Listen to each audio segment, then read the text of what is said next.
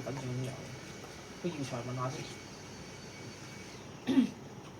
個職員阿叔係啊。佢話唔知咧3個月內新戶口咧，總之喺呢個戶口買賣賺到1萬蚊嘅。啊，盡力啦，賺1萬蚊盡力啦咁樣。我揸貨。即係好似睇唔起你，好難嘅。心諗，一日都難。而家會仲有啊？一次。去到中年先明。我同事話：你黐咗線啊！我話我啊，話咁大。我問咗佢啦，佢喺建行度買賣嘅。建行咪先？你有幾大咁算啊？但我見跌咁低，我想落多少少。美團可以幾？我1年1.8日㗎嘛，我1800股嘅話就5000幾蚊。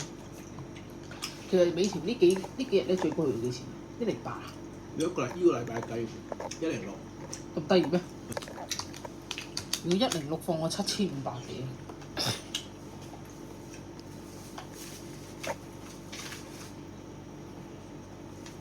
我同事話：寧願咩收息定期喎。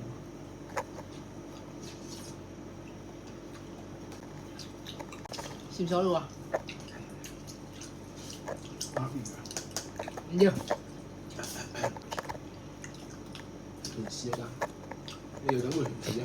萬交隨便，跟住多士好食，芝士。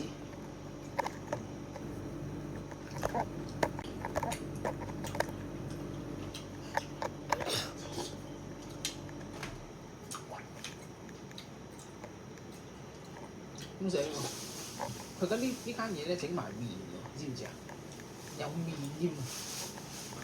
整麵好唔夾喎。好日式嗰啲麵。喂，邊個食啊？嚇？有冇人食啊？我啱啱去嗰時得2個人坐咗喺度啫嘛，但係有成個飯上。不過連有外賣，我見到佢整緊外賣有一單。星期5生意。Do you have soup?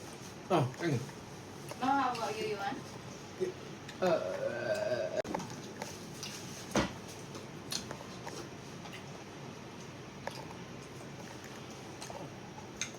所以我俾你嗰啲 number 咧，其實點解你唔叫我買恒生？唔係30幾%，食30蚊都好啊！如果30蚊其實我重除嘅，如果你咁樣賺，我賺6皮都冇啊嘛。係啊。